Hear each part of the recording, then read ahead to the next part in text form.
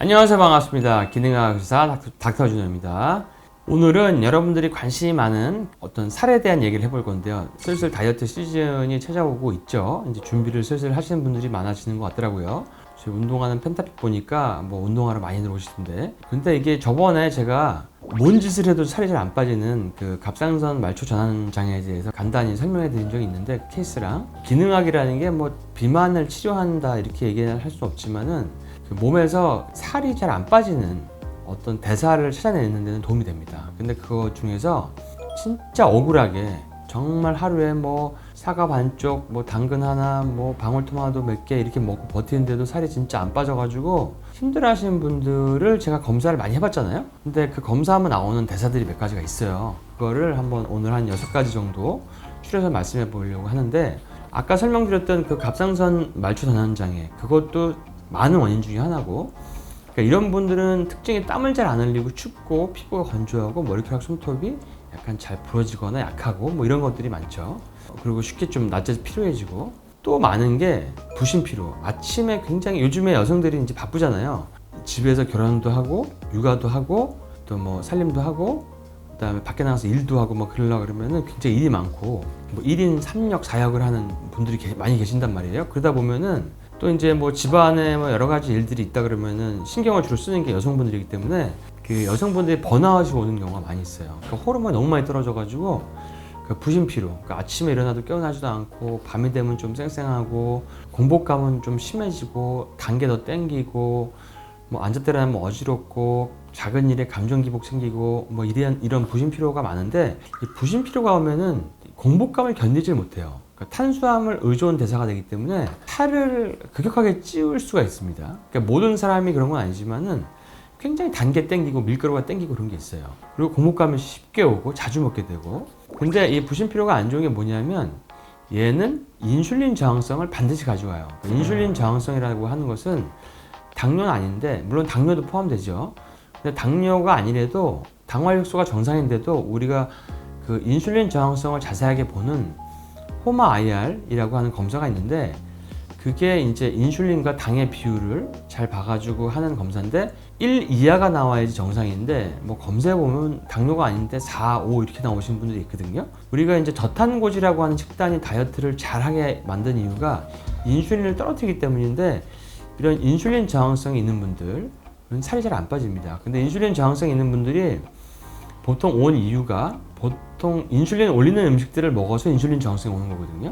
아니면 그 탄수화물 대사시키는 영양소들이 부족해서 오는 경우도 있고, 탄수화물 대사시키는 영양소들이 여러 가지가 있죠. 뭐 비타민 B군도 있고, 뭐 마그네슘도 있고, 알파리포산도 있고, 뭐 크롬도 있고, 뭐 바나디움도 있고, 뭐 코큐텐도 있고, 여러 가지가 있는데, 이런 게 결핍돼 있거나 아니면 좀 탄수화물 많이 먹어서 인슐린 저항성이 오면 살이 안 빠집니다. 이런 대사를 가지고 있는 분들. 그 다음에 번아웃이 안 좋은 게 그 신경 전달 물질, 정확히 말하면 이건 호르몬은 아니지만은 이 도파민과 세로토닌이 떨어지는 분들이 굉장히 많아요. 도파민은 어떤 그 성취감, 그 다음에 활력, 에너지, 집중력, 지구력 이런 거고, 세로토닌은 행복감, 안정감, 뭐 편안한 수면, 뭐 이런 건데, 이 두 가지가 같이 부신 피로에 동반돼서 떨어진 분들이 많이 오시는데, 도파민과 세로토닌이 저하가 된다. 그럼 그것만으로도 굉장히 단 것과 뭐 밀가루와, 남성분들은 술도 땡기고요. 그러니까 이런 분들이 패턴을 보면은 그냥 입맛이 너무 땡겨서 그냥 다이어트가 안 돼서 식욕 억제제를 굉장히 오랫동안 드시는 경우가 많이 있어요. 그러니까 본인은 이면에 깔린 부신 피로와 인슐린 저항성 같은 거, 뭐 갑상선 문제 이런 거를 모르고 그냥 비만약을 먹으면 식욕도 좀 떨어지고 그 좀 활력도 나고 하니까 드시는 거예요. 근데 요것도 살이 안 빠지는 여성 호르몬 대사에 굉장히 많이 발견되는 패턴 중에 하나입니다.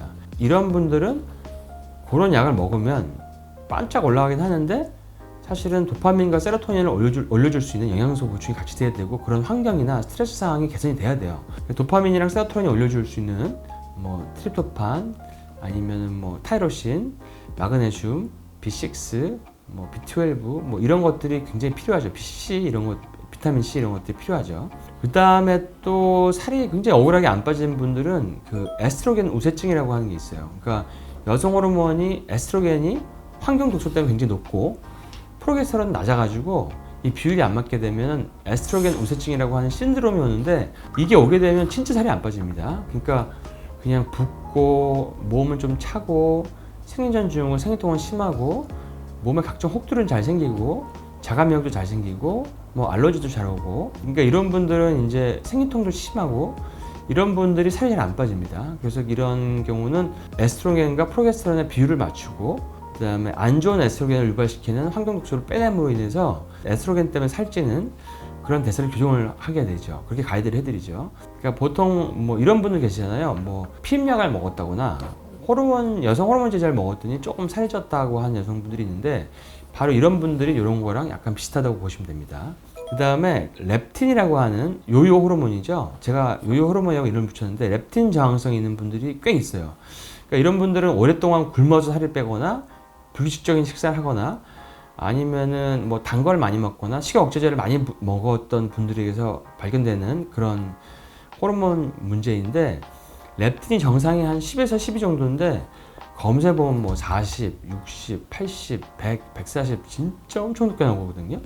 뭐 이거는 물론 탄수화물 줄이고 뭐 간헐적 뭐 운동이라든지 인터벌 운동이라든지, 그 다음에 이거를 좀 도와주는 뭐 어떤 약들도 있죠. 인슐린을 낮추는 약들이나 영양소들이 있는데 그런 것들을 해서 렙틴 수치를 낮추면 살이 많이 빠집니다. 그래서 이런 부신피로, 인슐린 저항성, 갑상선 말초전환 장애, 에스트로겐 우세증, 렙틴 저항성, 도파민 세로토닌 저하, 이런 것들이 지금 제가 봤을 때 기능의학 진료실에서 볼 수 있는 진짜 살이 억울하게 안 빠지는, 노력을 했는데 그만큼 효과를 못 보는, 의욕도 안 나고 뭐 그런 대사니까, 우리가 호르몬과 이게 신경 전달 물질은 일반 영양소보다 더 상위 개념이기 때문에 이런 것들이 교정이 안 되면 이상하게 내가 살이 안 빠진다 그러면 이런 것들 한번 여러분들이 혹시 내 얘기 아닌가 하고 한번 보시는 것도 좋습니다. 그리고 뭐 그 외에는 좀 부수적인 건 한 건데, 여성분들은 생리하기 때문에 빈혈이 많아요. 찰결핍성 빈혈이 많아서. 근데 우리가 세포에서 ATP 에너지를 만들려고 그러면은 이 산소가 꼭 필요하거든요. 체온도 필요하고. 그래서 빈혈이 있는 분들이 살이 잘 안 빠져요. 그래서 그런 것들을 정확히 보려고 그러면은 그 헤모글로빈만 보면 안 되고 그 저장 철분을 봐야 되거든요. 그게 한 70 정도는 나와줘야 되는데 10, 20, 30 이렇게 나온 여성들이 허다합니다. 그 다음에 세포에서 ATP 에너지를 만드는 대사가 장애되는 영양소 결핍으로 아니면 환경 독소 때문에 잘 안 되는 경우가 있어요. 그러니까 그런 경우도 살이 잘 안 빠지는 거죠. 그래서 이런 호르몬 장애들을 규정시키고, 그 다음에 뭐 고강도 인터벌 운동 그런 거 하면은 보통 그 다음날 24시간 동안에 하루에 에너지 그 칼로리 소비가 계속 한 300kcal 정도 더 소비가 되고, 그 다음에 뭐 케톤 식이도 하면은 정말 뭐 많으면 400-500kcal까지 소비가 더 될 수가 있고, 간헐적 단식하면 더 좋아질 수가 있기 때문에 그런 이런 호르몬 대사를 한번 여러분들이 혹시 저게 내 얘기 아닌가? 라고 하면서 여러분들이 요거에 관련된 영상들을 보시면서 올해 다이어트에는 좀 실패하지 않게, 좀 억울하지 않게 잘 성공하셨으면 합니다. 다음 시간에 또 좋은 주제로 찾아뵙도록 하겠습니다.